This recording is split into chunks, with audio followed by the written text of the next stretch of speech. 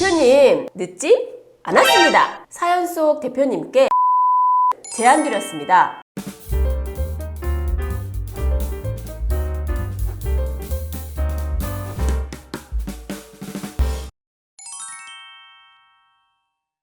안녕하세요. 김미아 세무사의 텍스라이프입니다. 전문가도 어려워하는 세무 컨설팅 내용을 한눈에 알기 쉽게 정리한 슬기로운 텍스라이프가 돌아왔습니다. 오늘은 법인 전환을 하셨는데 영어권 평가를 놓친 사연을 함께 나눠보겠습니다. 슬기로운 텍스인을 꿈꾸시는 분들은 구독, 좋아요, 알림 설정 부탁드립니다. 자, 그럼 슬기로운 텍스라이프 시작합니다. 먼저 사연을 들어볼까요?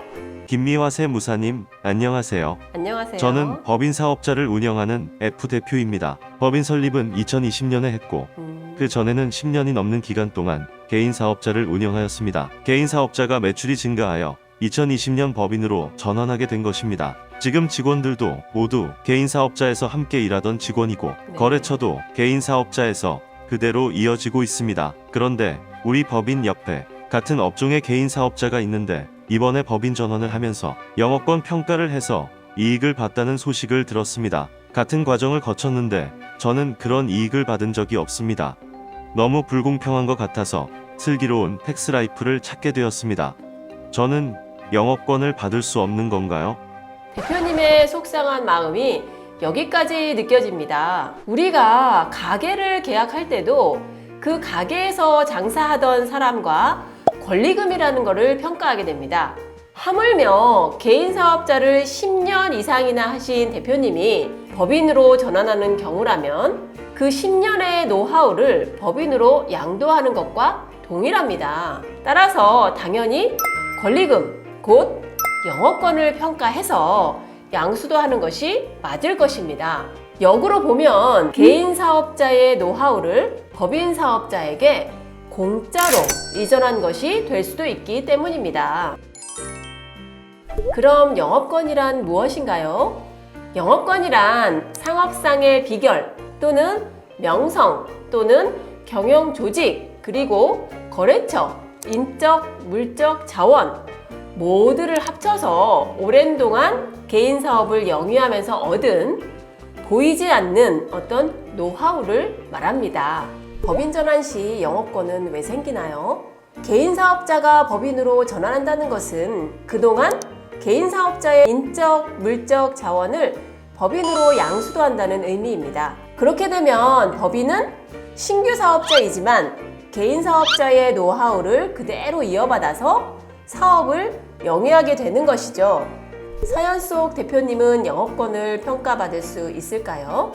사연 속 대표님처럼 법인 전환 시 미처 영어권을 평가하지 못한 경우에는 감정평가를 통해서 시가를 산정해서 영어권 평가를 소급할 수 있습니다. 법인 전환 시점의 영어권 평가와 소급한 영어권 평가의 가장 큰 차이는 시가에 대한 내용입니다. 법인 전환 시점의 영어권을 평가하는 경우에는 시가가 없는 경우에는 상속세 및 증여세법상 보충적 평가 방법에 의해서 영어권을 평가할 수 있고 그것을 국세청에서는 인정해 줍니다.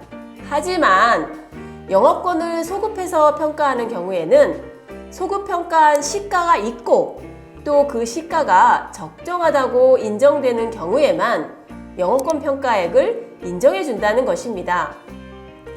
실제로 조세 심판에서 개인 업체를 포괄적으로 인수한 것에 대해 감정평가법인에서 소급 감정한 가액을 시가로 인정한 사례가 있습니다.